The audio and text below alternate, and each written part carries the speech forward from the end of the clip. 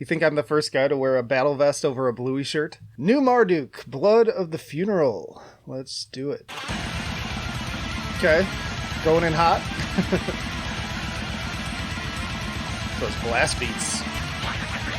Riff is like insects. Very aggressive. Very warlike. It's so dense. Those drums. That's ridiculous. Look at him go. Like the riffs are fast too, but look at that guy. Oh look, they put me right in the front of the music video too. Okay, little transition here. Pretty well timed too. Things were getting a little bit overbearing. More of a head bobber here. Ooh. Okay, I like that. Nice little earworm riff. Ooh, little lizard. Okay, back into it again. Gave the poor drummer a little break there.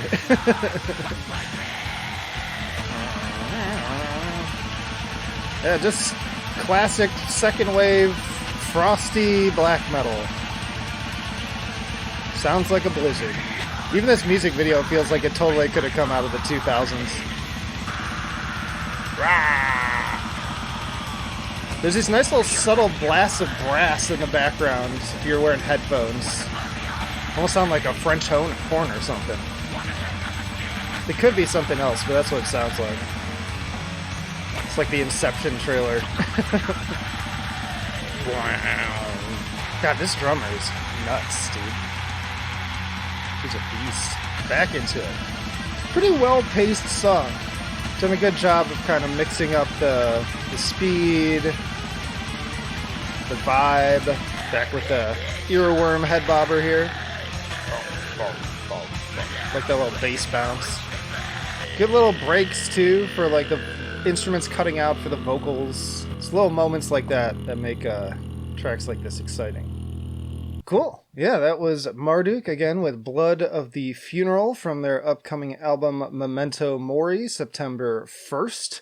Looking forward to it. I've enjoyed these guys. I like their earlier material, kind of their second and third albums in particular. I'm sort of over like really traditional black metal in a way though. Like I get so many bands that sound just like this in my email, and it's just like they all sound so alike, it gets dull. When it comes to black metal now, I'm much more into like really weird avant-garde stuff, Psy, Imperial Triumphant, things that give me a little bit more to chew on. Bands that have something a little bit more unique about them that stand out. But every now and then, like it's nice to dig into something that's just frosty and angry and old school and all those things. And so I think this hits the spot for that. If I were getting my 3 scales, I think in terms of enjoyability, I had a decently good time with this one. I'd give it like an 8 on that front, just from first impressions here.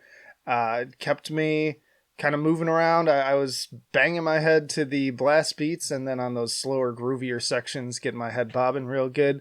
Definitely getting into it. Maintained my engagement all the way through, which again, I wasn't sure if that would happen, because sometimes songs like this get a little repetitive, but I think that's a good segue into musicianship. I think the songwriting made it work. Like, they paced it out really well, compositionally. Things knew when to kind of switch things up to keep things interesting. Solid performances. Again, the drummer was the star of the show here, dude. Like, he fucking killed it on the kit. Just, like, blowing it away. If I saw that live, my jaw would probably drop. Like, that is some really impressive work there. And being able to see him in the video makes it extra fun, too. Guitar work is decent. I mean, it's your pretty typical passable second wave black metal stuff, but there were some cool little earworm hooks in there.